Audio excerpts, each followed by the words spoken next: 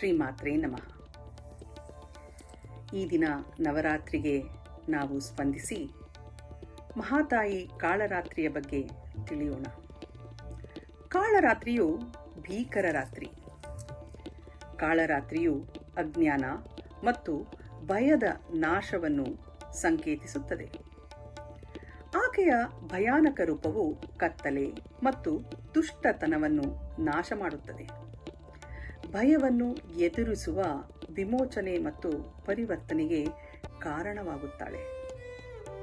ಮಹಾತಾಯಿ ಕಾಳರಾತ್ರಿಯು ಸಹಸ್ರಾರ ಚಕ್ರದೊಂದಿಗೆ ಪ್ರತಿಧ್ವನಿಸುವುದರಿಂದ ಭಯದಿಂದ ವಿಮೋಚನೆಗೊಳಿಸುತ್ತಾಳೆ. ಕತ್ತಲೆಯಲ್ಲಿ ಅಥವಾ ಮೇಣದ ಬತ್ತಿಯ ಬೆಳಕಿನಲ್ಲಿ ಕುಳಿತು ಕಪ್ಪು ಬಣ್ಣವು ನೇರಳೆ ಬೆಳಕಿನಲ್ಲಿ ಕರಗುವುದನ್ನು ದೃಶ್ಯೀಕರಿಸುವುದು. ಇದು ಭಯವನ್ನು ಸ್ವತಂತ್ರವಾಗಿ ಪರಿವರ್ತಿಸುತ್ತದೆ. ಆಕೆಯ ಭಯಾನಕ ರೂಪವು ಶುದ್ಧೀಕರಣಕ್ಕೆ ಕಾರಣವಾಗುವುದು. ನಕಾರಾತ್ಮಕತೆ ಮತ್ತು ಭ್ರಮೆಯನ್ನು ಸುಡುತ್ತದೆ. ಕಾಳರಾತ್ರಿಯು ನಿರ್ಭಯತೆ ಮತ್ತು ಭ್ರಮೆಗಳನ್ನು ನಾಶಪಡಿಸುತ್ತದೆ ಮತ್ತು ಭಯದಿಂದ ಮುಕ್ತಿಗೊಳಿಸುತ್ತಾಳೆ. ಆಳವಾದ ಆಂತರಿಕ ಚಿಕಿತ್ಸೆ ಮತ್ತು ನಮ್ಮ ಕರಾಳ ಸತ್ಯಗಳನ್ನು ಎದುರಿಸುವ ಧೈರ್ಯ ಸುಗಮಗೊಳಿಸುತ್ತಾಳೆ. ಮಹಾತಾಯಿಯ ಶ್ಲೋಕ ಹೀಗಿದೆ: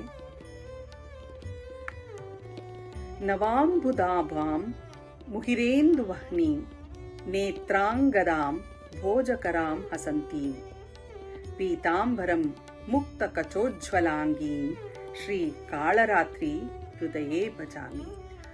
ಕಾಳರಾತ್ರಿ ಶ್ಲೋಕದ ಅರ್ಥ ಹೀಗಿದೆ: ನಾನು ಶ್ರೀ ಕಾಳರಾತ್ರಿ ದೇವಿಯನ್ನು ಹೃದಯದಲ್ಲಿ ಧ್ಯಾನಿಸುತ್ತೇನೆ. ಅವಳ ದೇಹವು ಹೊಸ ಮಳೆಯ ಮೋಡದಂತೆ ಕಪ್ಪು ನೀಲಿ ವರ್ಣವಾಗಿದೆ. ಮುಖವು ಚಂದ್ರ, ಅಗ್ನಿ ಮತ್ತು ಸೂರ್ಯನ ತೇಜಸ್ಸನ್ನು ಹೊಂದಿದೆ. ಕಣ್ಣುಗಳು ಉರಿಯುವಂತೆ ಪ್ರಕಾಶಿಸುತ್ತಿದೆ. ಭುಜಗಳಲ್ಲಿ ದೇವತಾದ ಅಂಗಗಳು ಅಲಂಕರಿಸಲ್ಪಟ್ಟಿದೆ. ಕೈಗಳು ಕಮಲದಂತೆ ಮೃದು ಮತ್ತು ದಿವ್ಯವಾಗಿದೆ. ಹಂಸವನ್ನು ವಾಹನವಾಗಿ ಹೊಂದಿದ್ದಾಳೆ. ಪೀತಾಂಬರ ವಸ್ತ್ರವನ್ನು ಧರಿಸಿ ಮುತ್ತುಗಳಿಂದ ಅಲಂಕರಿಸಲ್ಪಟ್ಟ ಕೂದಲನ್ನು ಹೊಂದಿದ್ದಾಳೆ.